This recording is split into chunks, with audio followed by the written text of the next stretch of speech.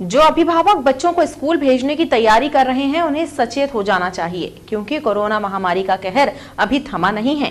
जोखिम उठाकर स्कूल खोले जाने की जो खबर अमेरिका से आ रही है वो बेचैन करने वाली है, जहां 2 सप्ताह में 97,000 बच्चे कोरोना संक्रमित हो गए। हालांकि भारत सरकार इस मामले में फूंक फूंक कर कदम बढ़ा रही है। देश में शासकीय और अशासकीय स्कूलों को अक्टूबर से पहले खोले जाने के निर्देश नहीं है। कोरोना महामारी के इस दौर में यदि स्कूलों को खोले जाने की जल्दबाजी की गई तो परिणाम घातक हो सकते हैं, क्योंकि अमेरिका से जो खबर आ रही है वो चौंकाने वाली है। वहां जुलाई महीने में स्कूल ओपन किए गए तो 2 सप्ताह के भीतर ही 97,000 बच्चे कोरोना संक्रमित हो गए। इस खबर ने देश के उन अभिभावकों को चौंका दिया है जो अपने बच्चों को 1 सितंबर से स्कूल भेजने की तैयारी कर रहे थे। अब अभिभावकों का भी मानना है कि कोरोना महामारी के प्रकोप के थमने तक स्कूल नहीं खोले जाना चाहिए।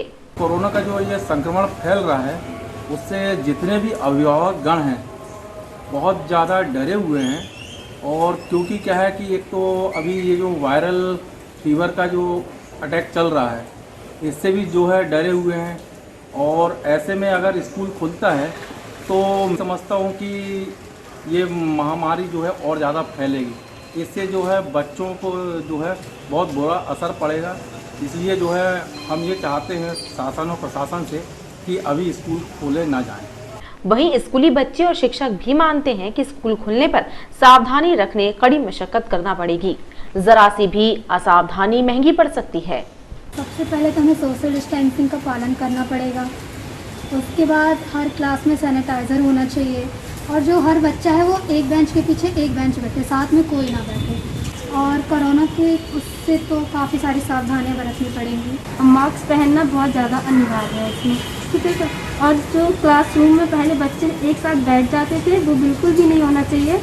देखिए, थर्मल स्कैनिंग तो हो जाएगी। थर्मल स्कैनिंग से तो उतना आइडिया नहीं लगता कि कौन बच्चा किस एरिया से आ रहा है, कौन कंटेनमेंट जोन से आ रहा है, किसके क्या सिम्टम्स है, वो बच्चे कुछ बतलाते नहीं हैं।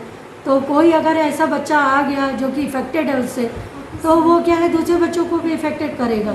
चूँकि हमारे यहाँ तो भाई कमरे बड़े बड़े हैं, पर्याप्त व्यवस्था है फर्नीचर वगैरह की, तो ये है हम लोग डिस्टेंस तो मेंटेन करेंगे। परंतु अब यही है कि बस ब्रेक होगी, ब्रेक में बच्चे फिर मिलेंगे आपस में एक दूसरे से। शिक्षा विभाग के आला अफसरों की माने तो स्कूलों को खोले जाने को लेकर भारत सरकार सतर्क है और फूंक फूंक कर कदम बढ़ा रही है। अक्टूबर के पहले स्कूलों के खुलने की संभावना नहीं है।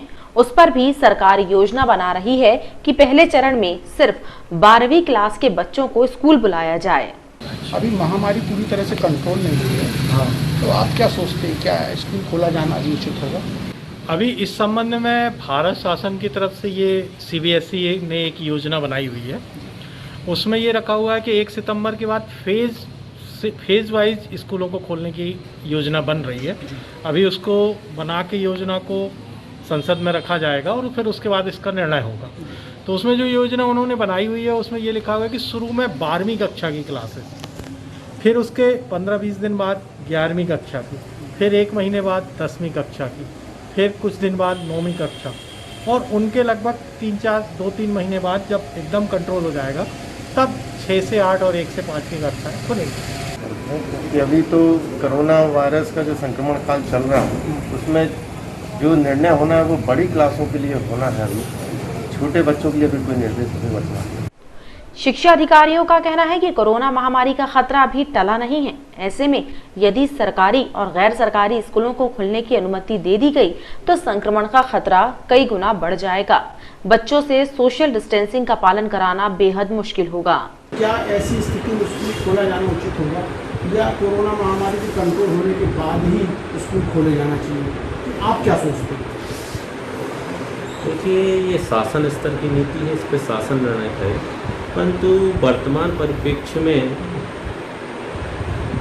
क्योंकि जबलपुर में तो संक्रमण ज़्यादा बढ़ रहा है, तो इसके संबंध में अगर खोलने का निर्देश होगा भी तो व्यक्तिगत राय क्या है? मेरी व्यक्तिगत राय तो ये है कि वर्तमान परिस्थितियों में उचित नहीं होगा।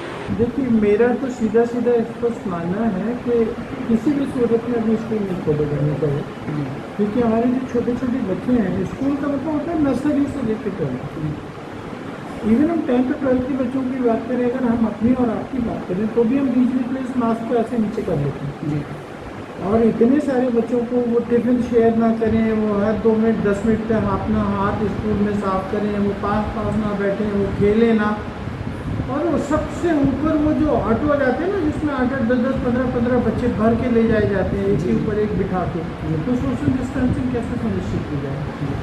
शिक्षाविदों का मानना है कि कठिन परिस्थितियों में ऑनलाइन शिक्षा व्यवस्था ही एकमात्र विकल्प है, जिसके जरिए बच्चों का एक वर्ष खराब होने से बचाया जा सकता है। जो अभिभावक ऑनलाइन शिक्षा का विरोध कर रहे हैं, उन्हें भी ये बात समझना होगी कि स्कूल खोलने की जल्दबाजी महंगी पड़ सकती है। इसमें वैकल्पिक रूप से केवल एक ही चीज ऑनलाइन टीचिंग या व्हाट्सएप ग्रुप के माध्यम से टीचिंग, यही एक विकल्प है जो वर्तमान में भारत सरकार की गाइडलाइन के अनुसार पूरे प्रदेश में संचालित है। और मैं इस व्यवस्था का पूर्णतः समर्थन करता हूं, क्योंकि बच्चों की पढ़ाई इससे कम से कम वैकल्पिक रूप से प्रारंभ है, बच्चे और चल रही है, और बच्चे वास्तव में घर में पूर्णतः सुरक्षित भी हैं। तो श्रीमान जी, जब बच्चा छुट्टी में घर बैठा है तो वो कार्टून फिल्में देख रहा होगा, दूसरी फिल्में देख रहा होगा, तब क्या उसको आंखें खराब नहीं होंगी? हम तो 30 मिनट की क्लास के बाद 1 घंटे का गैप देते हैं, फिर 30 मिनट पढ़ाते हैं, फिर गैप देते हैं, फिर 2 घंटे का गैप देते हैं, तो हम तो 30 मिनट से ज़्यादा नहीं पढ़ा रहे ना उसको। और दूसरी चीज़ है, बच्चों को समझा दीजिए ना, थोड़ा दूर से बैठ के देखें, बच्चों को समझा दीजिए कि वो किसी तरह से आपका अपना मोबाइल की लाइट्स को डिम रखे।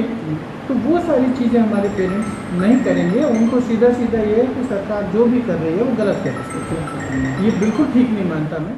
बहरहाल सरकारी और निजी स्कूलों को कब खोला जाएगा, यह निर्णय केंद्र सरकार द्वारा लिया जाएगा और उसके बाद प्रदेश सरकारें केंद्र से मिले आदेशों का पालन करेंगी।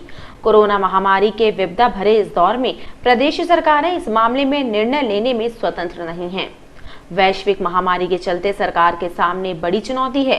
करोड़ों बच्चों की जान भी बचानी है और उनका एक वर्ष बर्बाद भी ना हो एवं वे शिक्षा की मुख्य धारा से जुड़े भी रहें। लिहाजा तमाम स्थितियों को ध्यान में रखकर योजनाएं तैयार की जा रही हैं।